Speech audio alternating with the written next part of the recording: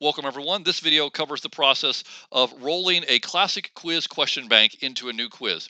New quizzes don't have question banks. They have something called item banks, which serve the same purpose, but you can't roll a question bank into an item bank. However, there is a quick workaround, and I'm going to show you that process right now. So you are going to navigate to your Canvas course. From there, you are going to select quizzes in the course navigation. This will take you to the quizzes index.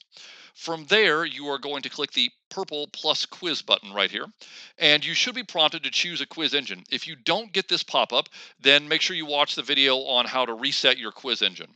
I am going to choose the classic quiz right here. It is imperative that I choose classic quiz, and then I'm going to click submit. Once I have done that, a new quiz will be created. This is a quiz the students are never going to see. It's just for export purposes. So I'm going to call this question bank, if I could type it correctly, question bank export example. You can give it whatever name you would like. You don't need to fill in any of this information, again, because students aren't going to see that. You will want to check, though, to make sure it is not set to sync to Skyward. Make sure you uncheck that. And then you will click on questions. From there, you are going to select new question group. You are going to tie this question group to one of your existing banks.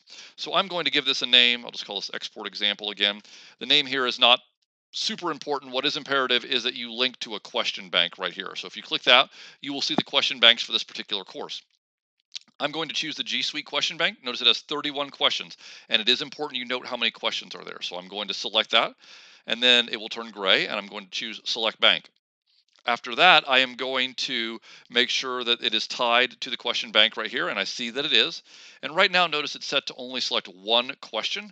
I want it to select all 31 questions so that I'm going to pull every question.